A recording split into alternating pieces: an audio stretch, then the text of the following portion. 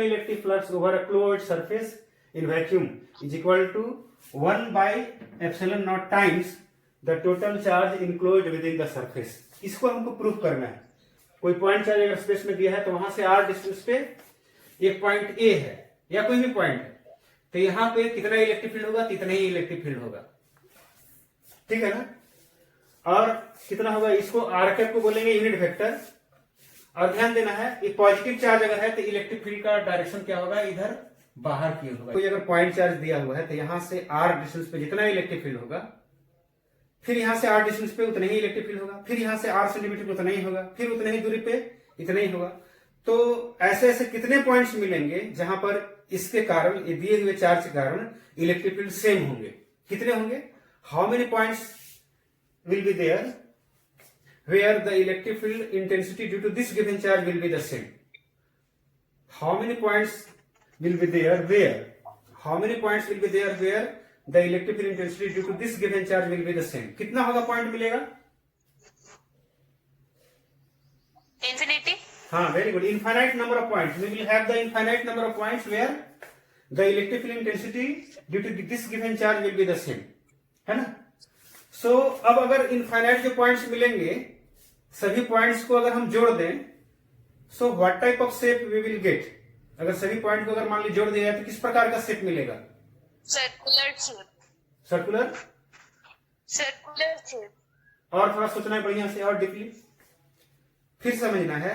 ये point space में है, तो स्पेस में है तो यहां से r सेंटीमीटर पे, r डिस्टेंस पे यहाँ जितना इलेक्ट्रिक फील्ड होगा यहाँ भी उतना ही होगा, यहाँ भी उतना ही होगा, यहाँ भी उतना ही होगा, यहाँ भी उतना ही होगा, r डिस्टेंस पे। तो उस तरह से सभी पॉइंट को अगर मैं मिला दूं तो कैसा शेप बनेगा? एक बॉल टाइप का देखा जाए तो शेप। हाँ, तो क्या बोलेंगे उसको? उस शेप को क्या बोलेंगे? क्या? स्फीयर। हाँ, वेरी गुड, स्फीयर ही बनेगा, ठीक है ना।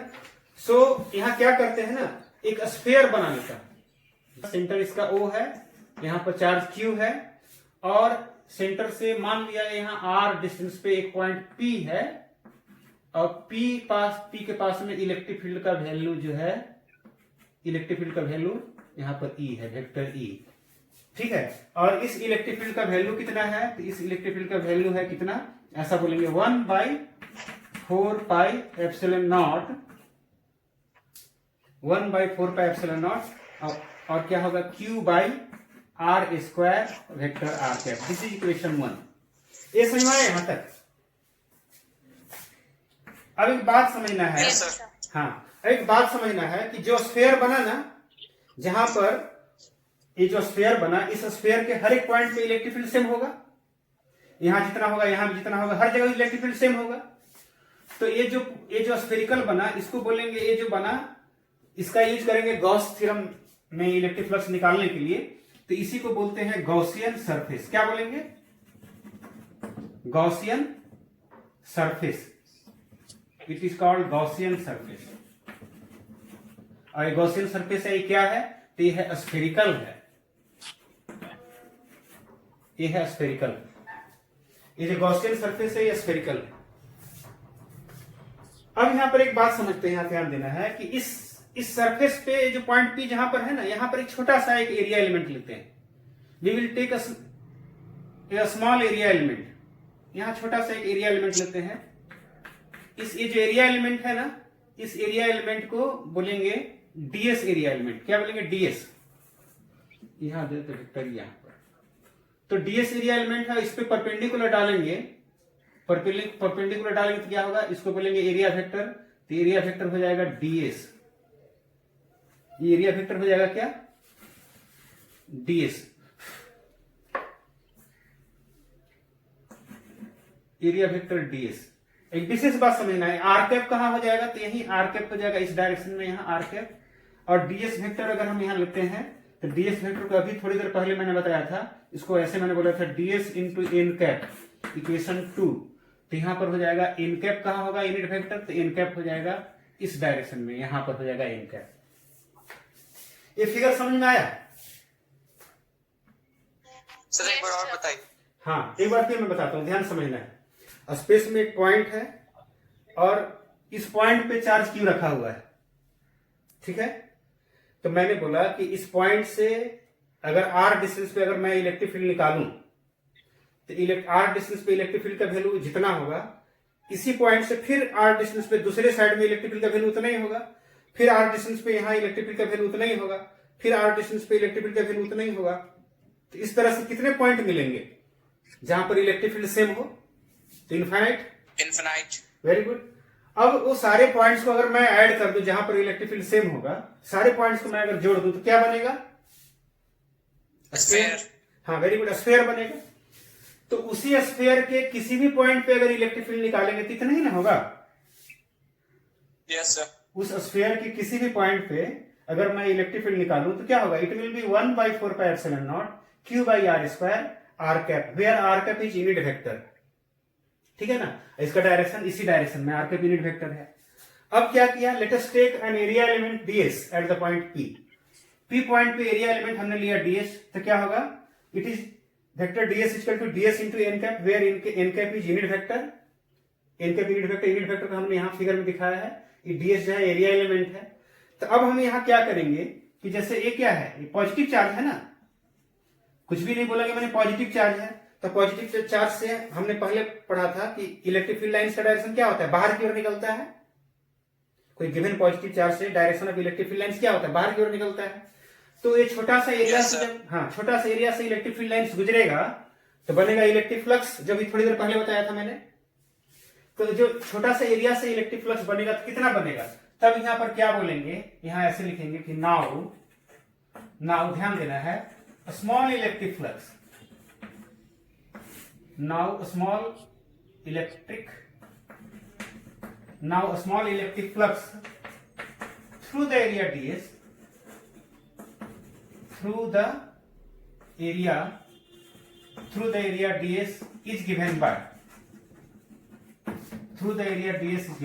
स्मॉल इलेक्ट्रिक फ्लक्स कितना होगा? तो d phi, तो कितना हो जाएगा? तो स्मॉल इलेक्ट्रिक फ्लक्स हो जाएगा कितना? तो होगा vector e dot vector ds, और हम लोग पढ़े हैं ऐसा होगा e डॉट ds, तो क्या होगा?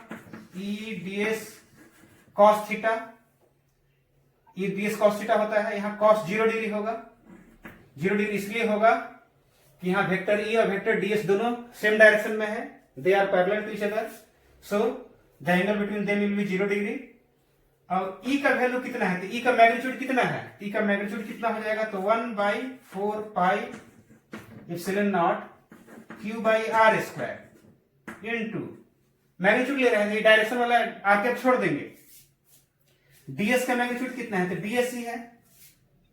cos 0 डिग्री कितना होता है? 1 होता है।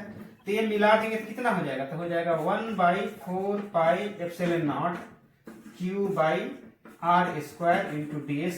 कॉल दिस इक्वेशन कितना? दिस विल बी इक्वेशन 3, ठीक है ना। क्या हुआ? Small electric flux through the area ds is given by, small electric flux कितना हो गया? छोटा सा इलेक्ट्रिक फ्लक्स छोटा सा एरिया से इतना निकला। Therefore, total electric flux through the whole sphere, या total electric flux through the closed surface is given by, तो total electric flux निकालेंगे ना तो इसी को इंटीग्रेट कर देंगे, देन इट विल बी क्या होगा? phi इक्वल टू, कैसे इंटीग्रेट कर देंगे इसको? इंटीग्रेट करेंगे किसको? तो 1/4πε0 q by r square ds, और इसको क्लोज्ड इंटीग्रेशन करेंगे जी, ध्यान देना है। क्लोज्ड इंटीग्रेशन में जब इस तरह का साइन देते हैं तो this is called closed integration, माने पूरा सरफेस एरिया पूरा क्लोज हो गया, माने we will find out the total electric flux through the sphere. इसका मतलब ये हुआ। तो अब यहाँ क्या करेंगे ना, जो कांस्टेंट है उसको हम बाहर निकाल देंगे। तो कांस्टेंट इसमें क्या है? तो 1/4πε0 कांस्टेंट है, ये बाहर निकाल दिए।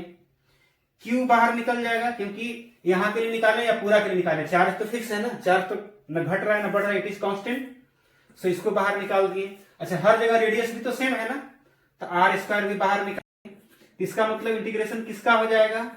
तो इंटीग्रेशन होगा केवल ds का, ठीक है ना। तो क्या होगा यहाँ पर थोड़ा समझना है, ये हो गया 1/4πε0, यहाँ हो गया q by r स्क्वायर, और ds का इंटीग्रेशन करेंगे। ds क्या है? छोटा सा एरिया है ना सरफेस पे,